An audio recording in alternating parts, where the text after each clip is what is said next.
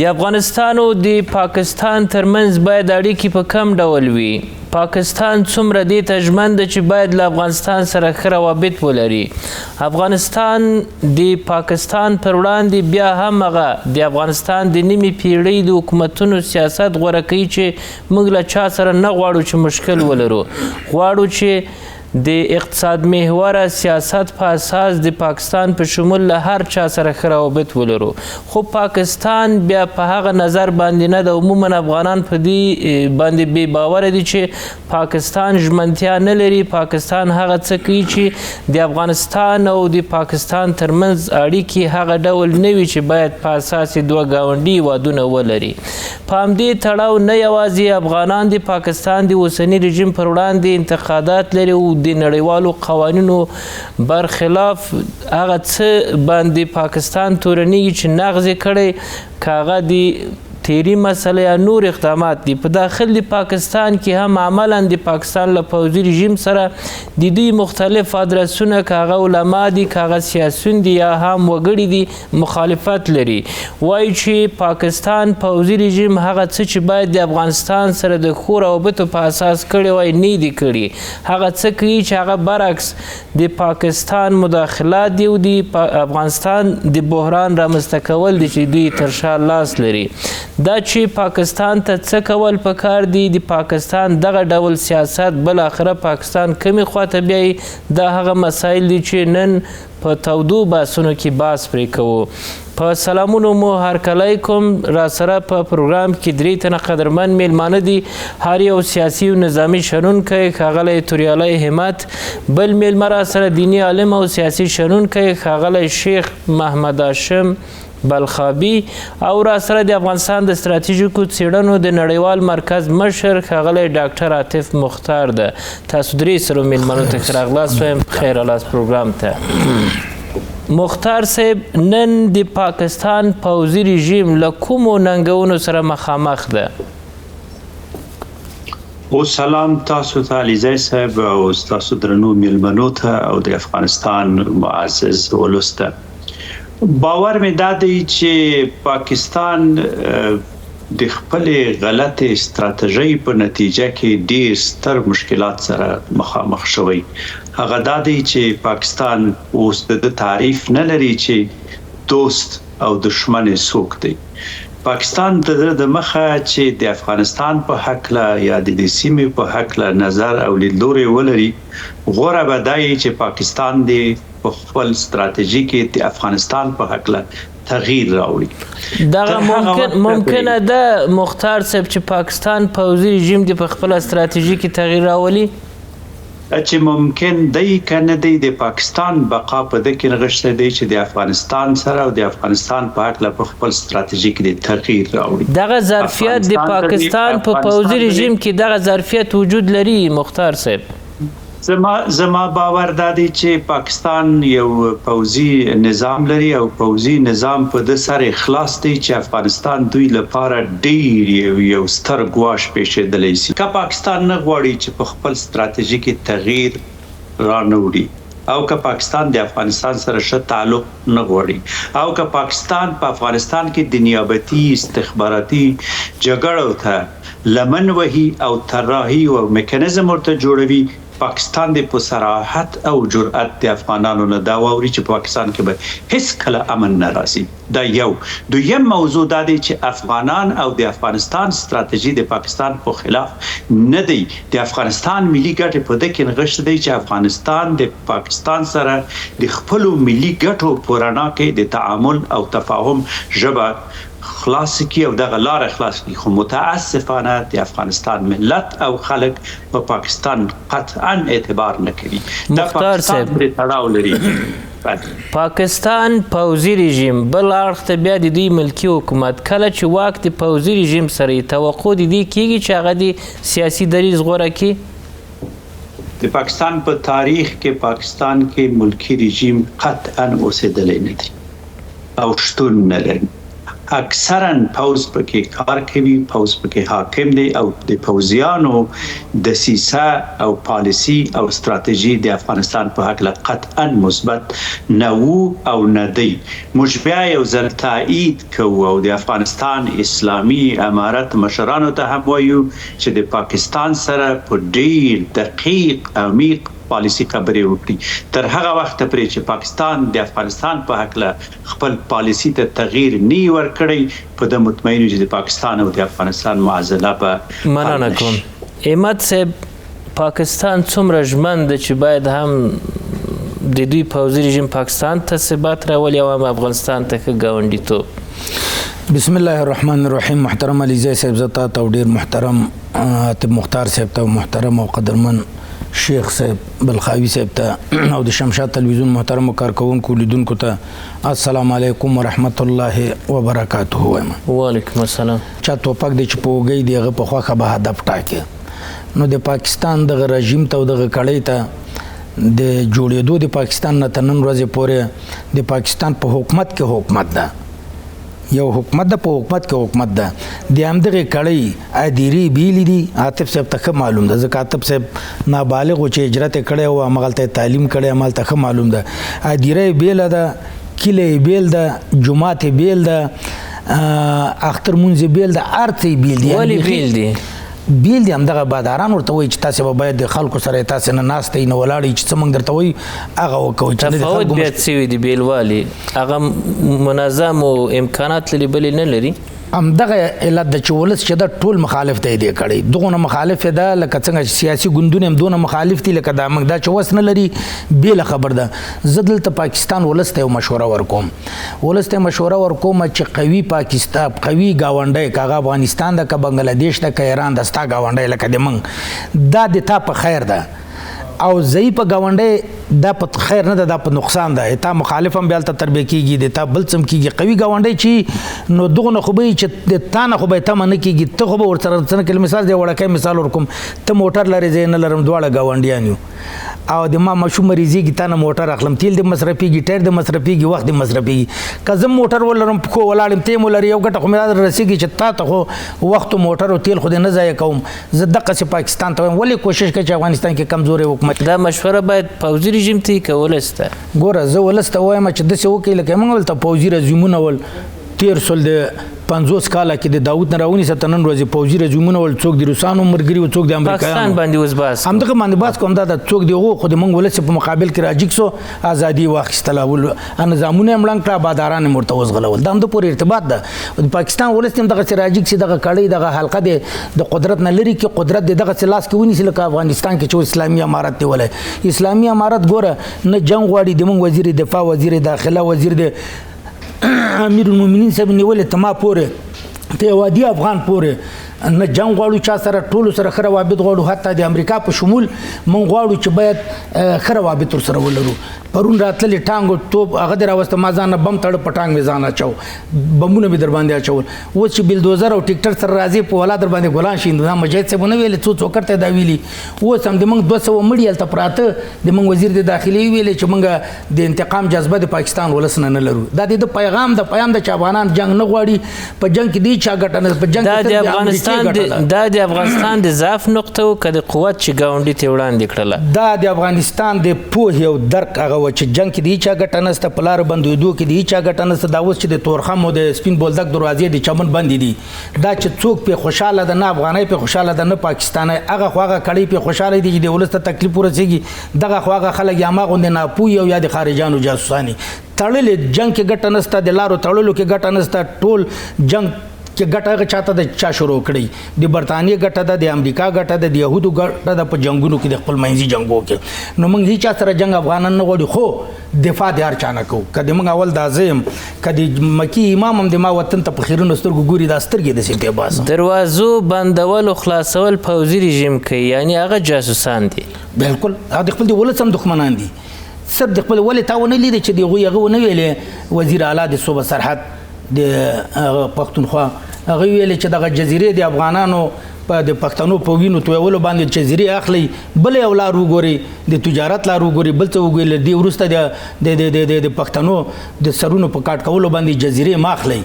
دا ورخاره غولی وزیر اعلی خپل زه تا ته وایم چې سیاسي ګوندونه عوام علما دا ټاونه لید غورز مولانا فضل الرحمن چې یو ګوند مشر دی یوازې هغه نه دا ټول ګوندونه بس دغه نه سره د دې چې دوی سره برابرتي وي خو یو خبر دغه حق کوي حق خبره دا و چې غولی چې افغانان ملامت نه دي ملامت دوی دي د منګ سفیر چل دا شکیب احمد صاحب ته وګوره کنه د مولانا فضل الرحمن په شمول ټول سیاسي ګوندونه حتی دا ټول عوام راغوختي او ارته راغوختي د جشن په ورځ د منګ یعنی منګ نه غواړو او دښمن هم دا غواړي چې منګ پاکستان ولس د څه سره کې چې بیا د ناستي چانس ونه لرو خو منګ وخيار وزیران لرو وخيار مشران لرو دې ته نه پریدو چې بیا د ناستي چانس نه ناستي چانس هو سمستا سبا مستزم دلته وړاندیز کوم وړاندیز ته په اخر کې راسي احمد صاحب شیخ صاحب تاسو شما چی نظر دارین که آیا بالاخره پاکستان با افغانستان چگونه خواهد پیش رفت؟ پاکستان تغییر کردنی است در مقابل افغانستان رژیمش؟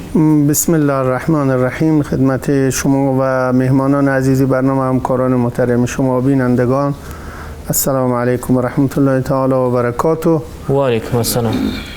از ابتدای پیروزی امارت اسلامی افغانستان چنین مشاهده شده که در افغانستان یک تحول عظیم بی سابقه تاریخی بر اساس خواست مردم افغانستان که خواست مردم افغانستان انفاذ شریعت بوده یک نظام برقرار شده به نام امارت اسلامی افغانستان با پشتیبانی ملت. ولی در پاکستان ما شما شاهد هستیم که از روزی که اونها استقلال میگن ولی در عمل این هست که مستقل نشدن بلکه یک ولایت جدا شده از کمپانی هند شرقی مستعمره انگلستان و فعلا به اضافه مستعمره آمریکا در اونجا یک حلقه حکومت میکنه در پاکستان. پس آزادی را که تجلیل میکنه چی معنا میده؟ یک شعار هست، یک فریب هست به ملت مؤمن و مسلمان پاکستان به لحاظ این که کسان بزرگی علمای بزرگ شعرای بزرگ مؤمنین بزرگ مثل علامه محمد اقبال لاهوری و غیره که تروریستان های بزرگی بودن اینها کوشش کردند که ملت مسلمان از مردم هندوستان به لحاظ اعتقاداتشون جدا یک کشور اسلامی باشند در ردیف کشورهای اسلامی قرار بگیرن و ملت پاکستان قربانی دادن به خاطر اون استقلال به نام شریعت به نام اسلام. ولی فعلا که هیئت حاکمه نظامی در پاکستان حاکم هست مصادره کرده او عقیده و او ایده و او دلیل استقلال پاکستان را. بنابراین جمهوری اسلامی پاکستان نامگذاری کرده کدام اسلامی کجای اسلامی باشه و میبینیم ضعف ها و مشکلاتش. چی چیزش غیر اسلامی است در پاکستان؟ در پاکستان چی چیزش باید پرسید که غیر از ملتش در حکومتش چی چیزش اسلامی هست؟ یعنی که یک ولایت جدا شده از کمپانی هند شرقی هست و بنابراین عقیده مردم پاکستان تأسیس یک نظام شرعی بود و بر اساس قانون قرآن شریف و سنت رسول الله صلی الله علیه و سلم و او نشده فلذا هست که اونها هنوز هم مستقل نیستن. یعنی مقصدی که در افغانستان یک تحول یک انقلاب شد با که تمام حکومت‌های قبلی افغانستان تفاوت داره و او حکومت اسلامی است. حکومت اسلامی شفقت داره، مروت داره، رأفت داره و امت اسلامی را امت واحده میدونه. هر مسلمان را در سر تا سر دنیا برادر خود میدونه، آسیب رساندن به اون رو مناسب نمیدونه و غیر مسلمان ها را به عنوان بشر احترام قائل و روابط و مناسبات متقابل راضی هست با اونا داشته باشه.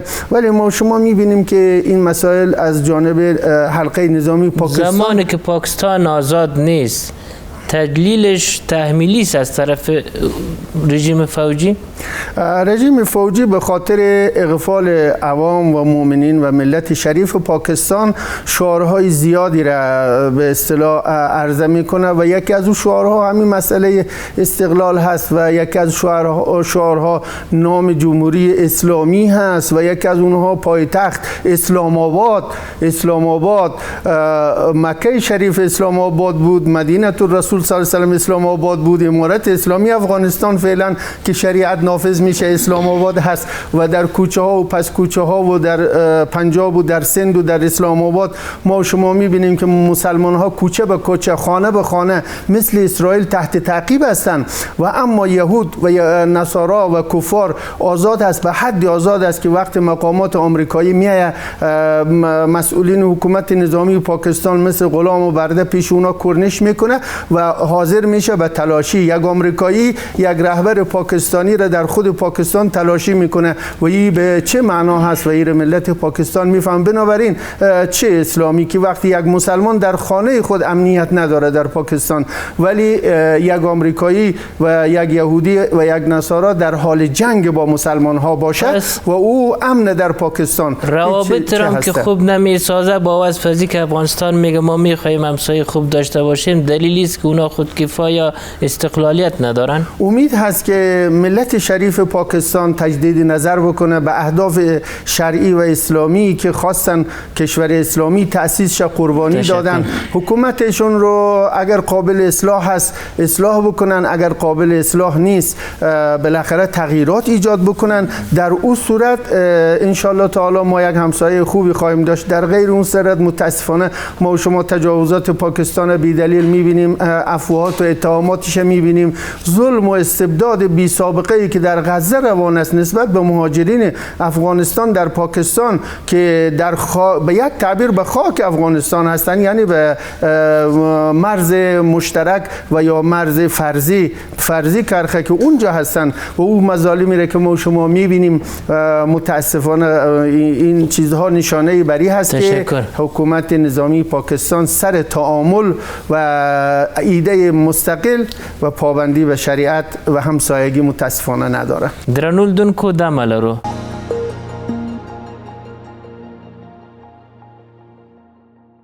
بیا هم بخیر الاس مختار صاحب د پاکستان پوځي رژیم ولې سره له دې چې اسلامي امارت په وار 15 کاله ورته وایي چې موږ نه غواړو ستونزې ولرو، موږ نه غواړو چې ځان مواجه کړو له چا سره حتی تا سره، بیا هم دوی ژمنتیا نه لري. د دوی ویره له اسلامي امارت څخه په کومه برخه کې ولې ده؟ د افغانستان اسلامي امارت او د افغانستان خلک د پاکستان سره جنگ نه غواړي. دویم دا دی چې د افغانستان ملي ګټې د کې نغښتي چې موږ پاکستان سره جنگ نه کوو. او دریم دی چې پاکستان دلته موږ سره په دې گاوند کې پروت دی. د افغانستان ملي ګټې موږ ته وایي چې پاکستان سره باید ښه تعلق ولرو د ارزښتونو، باورونو او د خپل ملي ګټ په رڼا کې. دا د افغانستان د ملت او د خلکو میسج دی او پیغام دی او د دغه نظام هغه ستره ستراتیژیک پالیسی هم ده. دا یو. دویم موضوع دلته دا دی چې موږ د پاکستان نه غوښتنه لرو چې پاکستان دی په افغانستان کې د نیابتي، استخباراتي، اطلاعاتي او امنیتي جګړو مخه ونیسي. ولې ویره د افغانستان له اوسنۍ واکمنۍ څخه؟ پاکستان د افغانستان نه ویره نه لري. پاکستان د خپل سلامت نه ویره لري. په دې معنی د پاکستان پالیسی او استراتیژي په خوا دا و چې د افغانستان د ورانولو نقشه د په میز کې یو ضعیف افغانستان غوښتل. داس یو افغانستان غوښتل چې د پاکستان د افغانستان بهرنی سیاست معمار وي. خو اوسنۍ نظام د افغانستان خپلواک نظام دی. هغه د افغانستان په ارزښتونو او باورونو لبتن او متن نوتلې. پاکستان د نسی کتلې چې زمونږ په دې گاوند کې یو مقتدر افغانستان پاکستان نسی لیدلې. په د اساس پاکستان ویره لري. بل موضوع دلته دا دی چې کله مونږ وایو چې پاکستان د افغانستان کې نیابتي، استخباراتي، اطلاعاتي او امنیتي جګړه دی ودري، مفهوم دا دی پاکستان د هغو ډلو سره هیڅ کله همکاري ونه کړي کوم چې د افغانستان د بقا او د سلامت لپاره مفید او موثر ني. دلته بیا کولی سو چې د پاکستان او د افغانستان په منځ کې د اعتماد فضا منځته ډاکټر صاحب نیابتي ډلو سره باید همکاري ونه کړي، یعنی کوم مسایل دي چې عملا دوی دا کار کوي له نیابتي ډلو لاغه خلکو سره تاسو جنگ کوي یا جنگ غواړي؟ په بدخشان کې او د پاکستان میډیا او په نړیوال سټیج کې په بدخشان کې پاکستان ورواچو. د بدخشان د حادثاتو تر سوري لاندې د چترال نه پاکستان افراد لیکل. پاکستان د نیابتي او استخباراتي جګړو معمار په افغانستان کې دی. په د اساس کله غواړي چې پاکستان خپل صداقت افغانستان ته وشي، تر ټولو د مخه غړلې چې د تهران نه غوښتل دي، د واشنگټن نه غوښتل دي، همدا اوس یاسین زیا په چترال کې دی. دغه استخباراتي او نیابتي جګړه د افغانستان پر ضد ودروي. کچیر دغه جګړه نه دروي، افغانستان قطعا په خپل ستراتیژي کې د پاکستان په اړه تغییر مختار صاحب، هغه څیرې چې تاسو یادوي دوی وایي چې موږ د پاکستان مخالف یو. پخوا هم په ښکاره ویل چې پاکستان د افغانستان دښمن ده. نن څنګه د دوی سره یو ځای کیږي؟ هغه سیری پرون هم د پاکستان لپاره کار کول، نن هم د پاکستان لپاره کار کوي. استاد ربانی هم د پاکستان له ادرس تراغی، د دوی د ټول مشران د پاکستان له ادرس افغانستان تراغی. دا دروغ محض دی. افغانان من المجموع د پاکستان سره په مخالفت کې ځکه قرار لري چې افغانان دې باور ته رسیدلی چې پاکستان د افغانستان په امورو کې مداخلت کوي. تر هغه وخت پرې چې پاکستان په خپل ستراتیژي او پالیسي کې د افغانستان په اړه تغییر نه راوستلی، زه فکر نه کوم چې افغانان د ته آماده وي چې تعلق ولري. احمد صاحب، کله چې توقع د دې کېږي چې پاکستان د خپله پالیسي کې تغییر راولي، هدف د پاکستان پوځي رژیم، دا ممکنه ده چې پاکستان پوځي رژیم د تغییر راولي؟ یاره د ما په فکر خو ممکنه ځکه نه ده چې دوی د خپل دا غي نه ده، دوی پروګرام خپل نه ده، دا پروګرام ورته ورکول کیږي، پروژه ورکول کیږي. څوک چې پروژه درکې هغه تانه پروژه عملي کول غواړي، هغه تانه حساب غواړي، هغه تانه کتاب غواړي. نو دا خلک زه مجبور ګڼم. دوی میډالونه لري، په سینه کې رتبې لري نظامی، دوی څنګه بیا دا د څه شي نه اخیستي؟ خو د موږ رئیس جمهور نه و بیچاره الله نه ټرمپ د عسکرو سره کې ونه درو دغه چې د لکه اشرف غنی دا ټول که جنرالانی دي کار څه دي. پوځ مشر مارشال ده، مارشالي اخیستي، نو څنګه بیا؟ ما ته مارشال دوستم دی، یو موټر سایکل نه ونه تښتېد. دا همغسې ده، هغه نه بدتر ده. زه دلته پاکستان ته یو مشوره ورکوم، که دا خوب و خیال تا سره وي، پروژه چې ورکوي هغو ته م وایم چې مخکې دلته افغانانو 2.5 میلیونه قرباني ورکړه، هلته وطن کې شورویان ول، اوس چې 20 کالو کې ورکړه وطن اشغال او امریکایان ول، لاسپوسي حکومتونه دلته د شورویانو ول، د امریکایانو. اوس د افغانانو لکه شیخ صاحب چې ویلې د شریعت غوښتونکي دي 9.9 مسلمانان دي، شریعت دلته تطبیق ده، څه کمی او زیاتی به افرادو کې وي، خو پالیسي او سیاست دا ده چې شریعت 100% تقسیمو. ته پرون نه وي په هغه مجلس کې 200 کسان موږ ټول سیاسیین او تاسې رسنۍ هم ول چې د سترې محکمې سره 3 ساعته موږ تاسې مجلس ونه کوو. خبرې څنګه وې د سترې محکمې دومره قانع کړلو چې تا ونه لیدې چې یو کس د تاسې رسنیو مشر جیک هغه ویل چې تر اوسه په دې شیانو باندې د ما سر نه خلاصېده. اوس زه قانع شوم مجلس کې چې څومره کسان مشر نه په استازیتوب د رسنیو ما استازیتوب ویل کلب داسې د ما په علم کې اضافه والی راغی، ویې ویلې چې 50 جایه داسې دي چې موږ باندې اعتراض ده چې دا حدود ولې نه تطبیقېږي. خپله هغو داسې ویلې چې دا ټولې قانع کړو، واقعیت یې ویلې چې موږ یو انچ هم د چا آزاد خلک دي چا پروا نه لرو، د قرآن او حدیث کې چې څه دي او فقه کې موږ هغه عملي کوو. راسې موږ ته راوښیي، موږ ته یې چلنج راکړه چې موږ ته راوښیي که د موږ په هغه کې چا رشوت خوړلی چې هغه په زندانو کې پراته دي، موږ چې کوم کار هغه کړی تطبیق کړی، شریعت هم تطبیق کړی وای چې سبا هم یو هلته یو حد تطبیقېږي پروان کې موږ ورته ورځو او هلته دا هغه شرایط برابر سي. د زنا باره کې پوښتنې وشوې، ویلې چې 4 شهیدان وي هغه به هم نر شهیدان وي، که 1000 ښځې وي او 3 سړي وي هم نه هغه کېږي. د حد قذف یې ویلې، یعنې دومره زه خپله پې خوشحاله شوم. دا 15 کلو کې دا اوله جلسه و دا رقم او دا واده وکړه چې موږ به په هره میاشت کې که نه وي په 2 میاشتو کې به یو ځل دا سیاسیون او دا سیاسي شنونکي او دا رسنۍ دا ټول دا ښکاره کړله چې د اسلام دین د سختی دین نه ده، هر څه اسانه وی ویل چې لا اکراه فی الدین، سختی نشته، حتی یو څوک په زور مسلمانوی نه سي، یو سړي سره په زور په حکمت سره دا ټول دا ویل. دا مې ویل چې دا حدود چې دي اسلام دین د ترحم ده. ډېر 3 ساعته فکر نه کوئ چې د پاکستان پوځي رژیم له همدې ډارېږي چې دلته که اسلامي شریعت تطبیق سي بیا به انګېزه اخلي نورو ځایونو کې؟ زه وایم چې ولې ډارېږي؟ لکه هلته اسلامي شریعت دغه د ډاکټر صاحب عبدالله هم ده، کرزی صاحب هم ده، که دوستم هم رئیسي سبا به وي، سیاب صاحب هم رئیسي همدلته به وي، دغه ټول ته نو ته به هم هلته چې شریعت رئیسي شریعت خلک نه وژني چې معافي کېږي، بیا ټولو ته معافي. بیا دویم دا ده چې د چا حق دی خوړلی هغه به در سره حساب کوي، نور د الله حقوق چې څونه دي پایمال کړي. مولانا فضل الرحمن څوم ځل چې انتقاد لري د پاکستان پر پوځي رژیم دغه انتقادات د مولانا فضل الرحمن دی او که د پاکستاني وګړو ته ما ته غیر له فضل الرحمن نه تا خو یو فضل نظر ته د یو کس راوښیې چلته سیاسي وي که عالم وي چې هغه د پاکستان د دغه کړۍ او د دغه حلقې په هغه باندې اعتراض ونه لري د افغانستان په حق له په کړنو باندې ته راته راوښیې یو نوم زه به تا ته ثبوتونه واخلم سراج الحق عمران خان ته ټولو پورې یو عادي کس لم علماء قریشي ټولو پورې دا د مخالف دي دغه سیاست دی هغه چې افغانستان سره کوي وایي چې موږ پاکستانیان هم یو خو دغه سیاست چې تاسو غوړه کړی د افغانستان په اړه ظالمانه ده افغانستان په دغه کې په حق دي د ما یقین ده چې د افغانستان او پاکستان جنگ کیږي افغانان دفاع کوي او غوي تعرض کوي په دغه د پاکستان اکثره سیاسي تنظیمونه دینی جماعتونه علما او عام ولس یقین وکړه هغه خپل پاکستان ته دعا نه کوي دار نه به ښکارا کوي خو زړه کې وي چې خدای ته د اسلامي امارت او افغانان مظلوم دي دا کامیاب کې ته د حد پورې د ما دونه معلومات دي نو پاکستان ته وایم چې ولې ځانم غرقې ولس دم غرقې ځانم تباه کوي اسلامي نظام تطبیق شریعت لکه دلته چراغ دغه شریعت راولي مشکل حل کله چې ټول مخالف دي بیا څوک دي ورسره امریکا او برتانیا او دا نور څوک نشته دلته څوک ول د ما کله چې پوځي رژیم سره هیڅ څوک نه بیا ولې نه لري کوي خلک چې ولې جنجال موږ ته جوړوي روان دي لري کیږي د افغانستان هم شل کال یو دوام وکړو دا خو وخت مهلت ورکړي علای مرته ورکړي خلک هم لږ مهلت ورکړي نه که سبا خلکو څومره حوصله ختمه ده دغه رژیم ته یاره ډیره ختمه ده خپل د رژیم د نن هم ختمه ده زه هم چې هغه رژیم کې چې کوم کله څو هغه لري په هغو کې په سلو کې 80% خلک د خپل پالیسۍ سره مخالف دي د خپل کړي او د خپل رژیم له پالیسۍ سره مخالف دي شیخ صاحب از یک طرف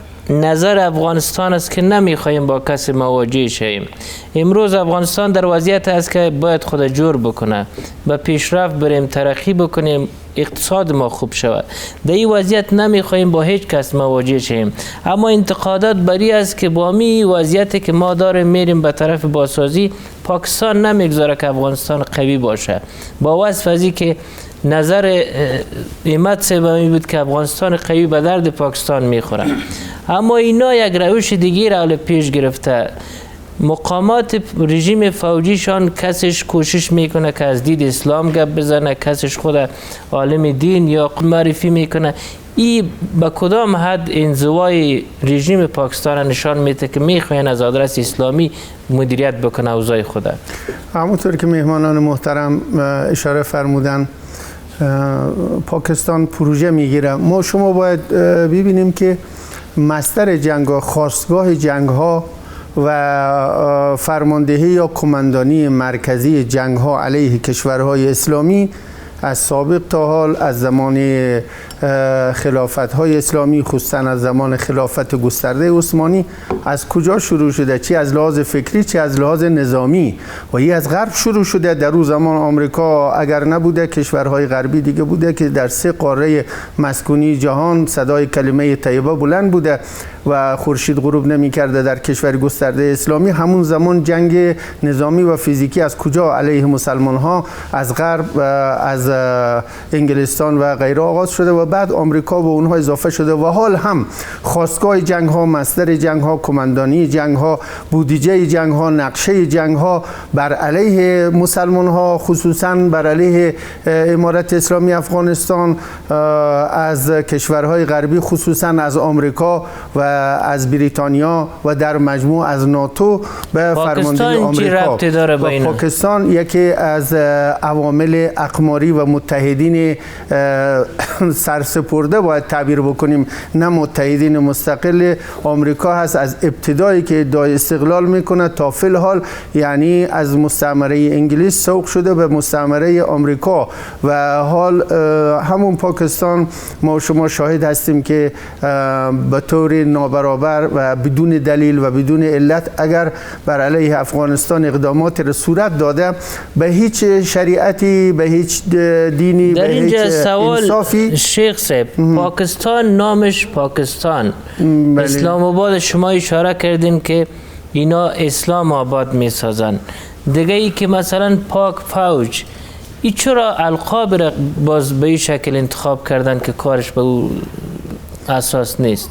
بله، همونطوری که قبلا عرض شد ملت پاکستان استقلال پاکستان رو به خاطر انفاذ شریعت گرفته قربانی داده و حال به خاطر قناعت عوام پاکستان ملت پاکستان لازم هست که بعضی دروغ‌های مصلحت آمیز و این هم جزء فریب‌ها و تاکتیک‌های انگلستانه که به روباه پیر معروف هسته و هنوز لوحه‌های انگلستان متاسفانه در سردرب پوهنتون‌های پاکستان هنوز وجود داره، بریتانیای کبیر، و حالی که ادعای استقلال میشه و مرکز فرهنگی و مرکز فکری و مرکز مغزها و نخبه‌ها از پوهنتون‌ها برمیخیزه و پوهنتون‌های پاکستان هنوز لوحه‌های انگلستان رو نتوانسته برداره و حالی که امارت اسلامی افغانستان بعد از استقلال و اخراج متجاوزین در رسون آمریکا حتی دیوارها، معبرها، راهها، لوحه‌ها همگی را کوشش کردن شرعی و اسلامی باشه. خود زمان میبره ولی با او به شرمی و وقاحتی که در پاکستان ادعا میکنه بعد از 75-80 سال هنوز با سردرب پوهنتون‌های اونها بریتانیای کبیر و همون نوشته و همون لوحه و همون شعار هست. بنابراین این اسلام آباد، این جمهوری اسلامی پاکستان، این پاک فوج و این غیره همه برای فریب ملت هست و این فریب تاریخش به خاتمه به پایان رسیده و ملت اسلام، امت اسلامی فهمیدن که خاستگاه مبارزات فکری و نظامی علیه جهان اسلام از آمریکا هست و پاکستان یک متحد محکم مثل اسرائیل یا یک درجه بالا و پایین، اگرچه به اندازه اسرائیل شاید قابل اعتماد نباشه چرا ملتش مسلمانه، ولی همون افعال و اعمال اسرائیل رو در منطقه ما اجرا میکنه. بنابراین از عوامل محکم و قابل اعتماد آمریکا باشه. یقینا جنگ طلب هست، جنگ از غرب بر علیه جهان اسلام و امت اسلامی هست از سابق تا حال و پاکستان که جنگ طلب هست، اسرائیل هم جنگ طلب هست و این دو بس در یک صف قرار گرفتن. دیگه قضاوت با امت اسلامی، قضاوت با ملت شریف پاکستان. درنولدونکو دمه لرو.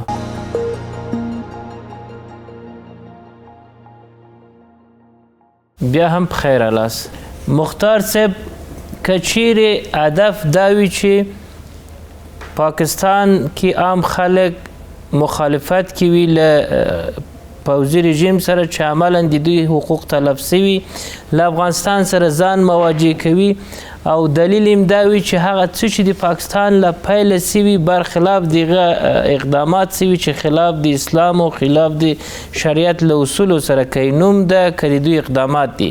نن که پاکستان ولسونه له دغه مخالفت سره چې لري چې ولې تاسو له افغانستان سره ځان مواجه کوئ، ولې زموږ حقوق نه راکوئ، په کوم صورت دوی ترلاسه کولی سي؟ حال آیا باید په پاکستان کې شرعي نظام رامنځته سي چې همغه اصل د شریعت ور وګرځي او د اسلام آباد نوم چې اسلام آباد د باید اسلامي قوانین هلته موجود وي چې دغه ټول مسایل آماده سي له دغه جنجال خلاصیږي او که په دغه رقم باندې پاتې وي؟ دا پر موږ تړاو نه لري، د پاکستان داخلي موضوع دی. افغانستان د خپلواک ملک له ادرسه پاکستان ته د نظام جوړولو د نظامونو طرح ورکول د افغانستان د اسلامي دولت او اسلامي امارت پالیسی نه دی. اما کله چې مختار صاحب دوی ځان ته حق ورکوي چې په افغانستان کې مداخله وکړي، امشمول جوړ کړي، نور مسایل یا جګړې ته اچي، بیا ته حق نه لري چې دوی ته مشوره ورکړي؟ دا دوه جلا خبرې دي. دوه جلا خبرې په د معنا دي، یو دی که پاکستان چې عملا د افغانستان په امورو کې مداخلت کوي، په افغانستان سیاست د اسلامي امارت دفاعي سیاست دی. مونږ د نړیوالو قوانینو تر سوري لاندې هم د اسلامي ارزښتونو او باورونو او دودونو تر سوري لاندې پاکستان خلک زموږ ورونه دي. دا یو موضوع. دویم موضوع دلته دا دی چې د افغانستان پالیسی او ستراتیژي دا نه دی، دا په نړیوال سټیج کې د افغانستان پر ضد توطیه دی چې وایي افغانان د پاکستان لپاره نظام تغییروي او بل اخره بلوچستان ته جګړه وړي او پښتونخوا ته جګړه وړي. افغانستان هیڅ چا ته جګړه نه وړي او افغانستان د هیڅ چا لپاره تهدید نه دی. اجازه راکړئ دا میسج دلته ورسو چې دا پاکستان دی چې په افغانستان کې جګړه غواړي، د افغانستان په امورو کې لاس کوي. د افغانستان کې نیابتي او استخباراتي جګړو لپاره طرح او میکانیزم لري. کله پاکستان خلک رښتیا هم غواړي چې د افغانانو سره ښه تعلق ولري، د پاکستان حکومت ته تر فشار لاندې راوړي چې د افغانستان سره د یو آزاد خپلواک ملک په څیر روابط ولري.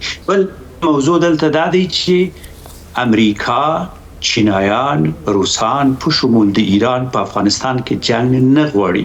هغه خلک چې دې ته خوشحال دي چې امریکا به بیا راسي، امریکا دې خطه ته نه راځي. امریکا خپل درس یې اخیستی. امریکا په افغانستان کې خپل شکست منلی، ډونالد ټرمپ خپل شکست منلی. بنان هغه افغانانو ته چې د پردیو آدرسونو نه، د پردیو استخباراتو له آدرس نه په افغانستان کې جنگ غواړو، هغه دوی ته وایي چې تاسو د خپل خاورې سره، د خپل عزت سره، د خپل شرف سره او د خپل سیاسي هویت سره خیانت کوي. د دې خاورې سره هر هغه چا چې خیانت کړي د ورځې په پای شرمېدلی. د افغانستان ملت او د افغانستان خلک یو ځل بیا ټول هغه مخالفینو ته وایي چې که تاسو ذره هم لږ هم شرف لري په دغه حساسو شرایطو کې راسي خپل خاورې ته راسي خپل اعتراض ولري، راسي خپل غږ ولري. ډاکټر صاحب د استخباراتو ادرسه په افغانستان کې جنگ مغواړي. د سوال اساس دا و چې پاکستان کې دننه دوی تر چتر لاندې خلک ناراضه دي. اساس دا ده چې هلته هغه اصول چې باید حقوق ورکړل سي، هغه څه چې د دوی کاري چوکاټ یو اسلامي ملک کې باید ترسره کړي نه ترسره کوي. نن که انتقاد پر پاکستان پوځي رژیم کې چې ولې له افغانستان سره ځان مواجه کوي، دلیل یې همدغه ده چې حکومت مخکې میلمنو یاده کړل چې دوی خلاف د خلکو د توقع هلته واکمني کوي چې هم یې خپل خلک بدبخته کړي، هم یې مواجه کړي چې له راز مشکلات سره مخامخ دي. نن که چیرې د پاکستان ولس دغه رژیم یوې خواته کې داسې حکومت راولي چې اساس یې واقعا ښه ګاونډیتوب مراعتوي، اسلام مراعتوي، دغه ښه ده چې د افغانستان په مقابل کې ښه ګاونډیتوب ولري که دغه چې اوس عملا یې خپله پاکستان بدبخته کړی؟ د پاکستان لپاره غوره سیاست دا دی چې د افغانستان لپاره ښه تعلق ولري. که پاکستان غواړي چې په دې خطه کې پاتې سي او پاکستان تجزیه نشي، غوره لارې دا دی چې د افغانستان د خلکو د اسلامي امارت سره د احترام او د افغانستان ملي ګټو ته په درنو سترګو ګوري. دا یو سیاسي او ستراتیژیک نقطه ده. دلته دویم نقطه دلته دا دی کله چې موږ د پاکستان موضوع خبره کوو، موږ باید د دې سیمې حساسیتونو ته وګورو. په سیمه کې د اسلامي نظام پر ضد تبلیغات روان دي او دغه تبلیغات تر شا پاکستان لاس لري. پاکستان د عملاً ثابت کی چې د افغانستان اسلامي نظام او په نړیوال سټیج کې افغانستان ته د خپلواک آدرس او د خپلواک ملت په توګه ګوري. په هغه صورت کې کولی شي د خبرو اترو دروازې پاکستان سره خلاص شي. ولی پاکستان له اسلامي نظام څخه ویره لري چې عملاً په افغانستان کې دوی لري؟ او دا چې اسلامي نظام راغی نو دغه کړی چې د پاکستان خیر نه غواړي، دا خپل لري او دا به محاکمه کیږي. دویم دا چې دوی باداران نه غواړي، دوی ته باداران د خوشحالۍ لپاره ارزه کوي. دریم دا چې اسلامي نظام که دلته په پاکستان کې مرئیسي، په نور دنیا کې مرئیسي، هم دغه په قرار پرېښودل سي. امریکا ته مزار قاتل، د امریکا ته به ولس بیا وایي چې تا خو دا کوترې وژلي، سپینې کوترې وې، ملایکې وې.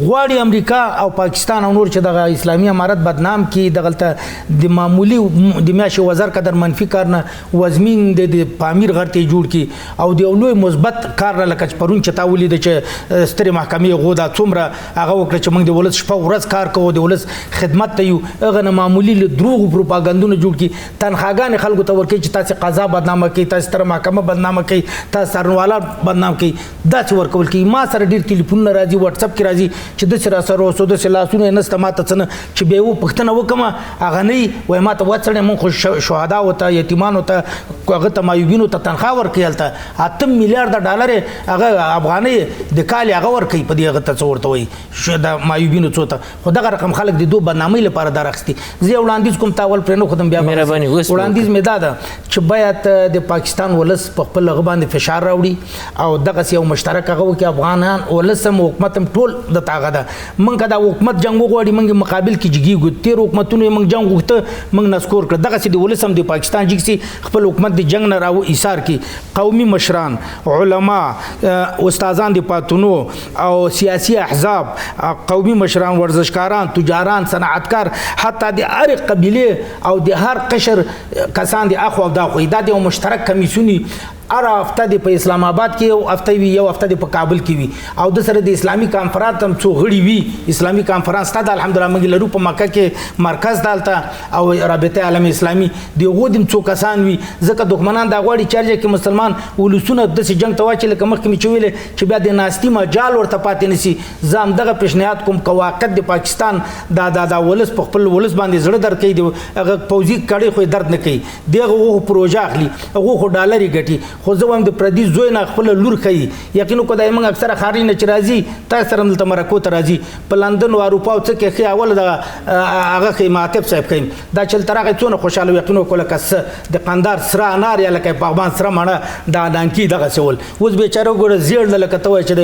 د هغه د نارنجانو غوندې زیړ پیړ دا چې د په وطن کې پروت ده پردي وطن کې ارته چې خپل کور نو پاکستان ته مې د تاغه جزیرونو چې خارج کې برتانیا او په نورو ځایو کې په دوبه د کې ولري دغه نه د خپل یو کېږدی وای وګه ته پروت په خپل بوریا خیم نه د بل کارناس د تخ په سره او کڅنګ یو هغه ده نو د بل هغه کړه چې په تخت هم ناس یو پردای کټ ته نیمه شپوي بیا دغه څه کې د مشرف حالات د څنګه سو د بل د څنګه سو د بل د څنګه سو چې خلکو په غو وشته څه ور سره وکړه کنځلي ورته وشو څه وسو خپل وطن ګل وطن خپل وطن د وطن دفاع چې فرض د پمن همداده چې د کې مزه ده د خوند د لازم افغانستان مشکل نه لري د افغانانو روحیه دا چې موږ چا سره ځان نه مواجه کوو نه چاته تاوان رسوو ولی برعکس افغانانو ته تاوان همیش رسیدلی اوس د پاکستان خلکو ته تاول چې دوی د دغسې یو څه وکړي ولی د پاکستان پوځي رژیم یې نه ورسره مني څه کول پکار دي دوی ته څه چې موږ کړي دي موږ تاریخ کې چې موږ حکومتونو د موږ ولس غږ نه ده منل موږ چې څه کړي داسې دوی هم وکړي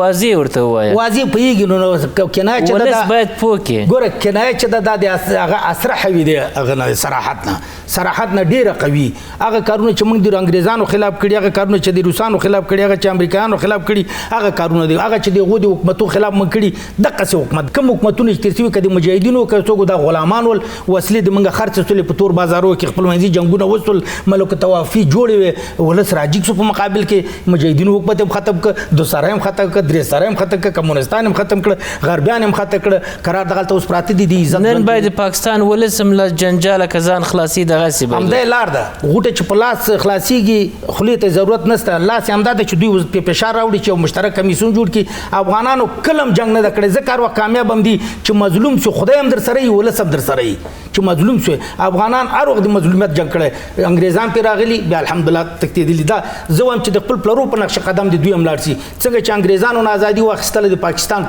د ولس پلرونو او نیکونو پاکستان خو وجود نه درلوده خو د افغانستان برخه نو پلار به څنګه پاکستان افغانستان برخه چې دا د پرځي کرخه د ډیورن چې دا د بلوچستان او هغه نور پنجاب د هندستان او ټاټک پورې دا ونه نیم د هندستان او نیم د پاکستان ما سره ودل یو چا باس وکاو وای چې ته هغه ما ورته چې وسړی ته شیراته وای چې هندوی کا افغانای ځکه اتیا کاله مخکې پاکستان په نوم نو ته به یا هندوی هندستاني یا به افغانستاني دغه دوه کې راته وای سړی راځو به له افغانستاني معنا دا چې هندونه خو هغه ارته کله پلرونو درس اخلي باید خاور دلته راسي کپلرونه درس واخلي خاورم دلته راسي او الته هغه کومه خاور چا خو د پنجاب ته الته د اسلامي نظام راوړي شیخ صاحب چی باید شوه بین افغانستان و پاکستان اون چیزی که لازم بوده امارت اسلامی افغانستان با شفقت اسلامی و عفو عمومی انجام داده، چه در رابطه با همسایه ها و یا احیانا بازماندگان حکومت ها و احزاب منحله سابق. بنابراین امارت اسلامی افغانستان، مردم افغانستان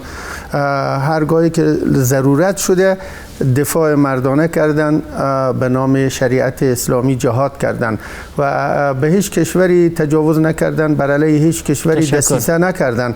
مردم افغانستان و ما شما شاهد هستیم، ولی متاسفانه ما شما میبینیم بعضی همسایه‌ها خصوصا پاکستان بر علیه بسیار از کشورهای دیگه هم دسیسه و بر علیه افغانستان هم دسیسه و حال ضرورت بر این هست که اولا ملت شریف پاکستان درک بکنن واقعیت هایی که در افغانستان جریان داره افغانستان یک کشور مستقل هست تشکر. قبول کنن، باور کنن و امارت اسلامی افغانستان خواسته مردم افغانستان هست بر مبنای شریعت، نتیجه قربانی های ملت افغانستان هست. ملت شریف پاکستان این واقعیت را باید باور کنن و برخورد دوستانه، برادرانه، مسالمت آمیز با مصالحه اسلامی و شرعی در بین برقرار باشه و دولت خود رو وادار کنن. مختار صاحب له تاسو مننه کوم، تاوده بحثونه پر همدې ځای پای ته رسیږي. د خدای په امان. له لیدلو مو مننه.